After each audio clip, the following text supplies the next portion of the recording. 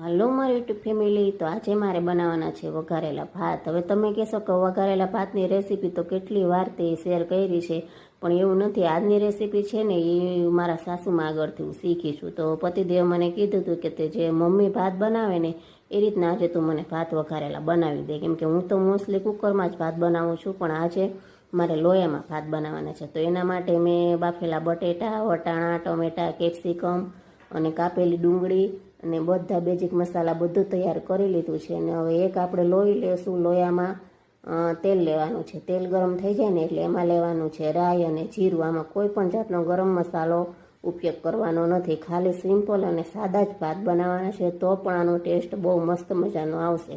અને સૂકા લાલ મરચાં અને હિંગ નાખી અને વઘાર કરવાનો છે।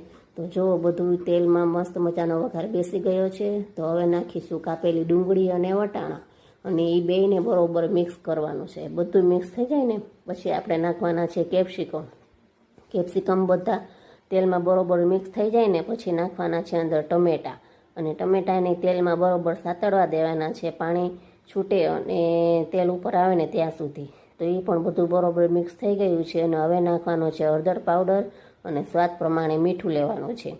અને પછી હવે નાખવાના છે આપણે બેઝિક મસાલા, કેમ કે ધાણા જીરું પાવડર નાખીશું અને લાલ મરચું પણ પાવડર નાખવાનું છે અંદર। અને લાલ મરચું પાવડર છે ને એ ધ્યાનથી તમારે નાખવાનું છે, કેમ કે આપણે એમાં ઝીણા કાપેલા મરચાં નાખેલા છે, એટલે જો બાળકો ખાતા હોય કે મોટી ઉંમરના આપણે બા દાદા કંઈ ખાતા હોય તો એને તીખું ન લાગે ને એટલા માટે। અને હવે બાફેલા બટેકા નાખી અને બરોબર બધું મિક્સ કરી લેવાનું છે, બટેકાને મસાલો કોટિંગ થઈ જાય ને એ પ્રમાણે। અને મેં ભાત આગળ બાફેલા હતા અને ઓસાવેલા ભાત છે અને ઠંડા ભાત છે, એટલે ઠંડા ભાત આપણે લઈને તો ભાત થઈને ભાંગે નહીં અને એકદમ મસ્ત ખીલેલા બને।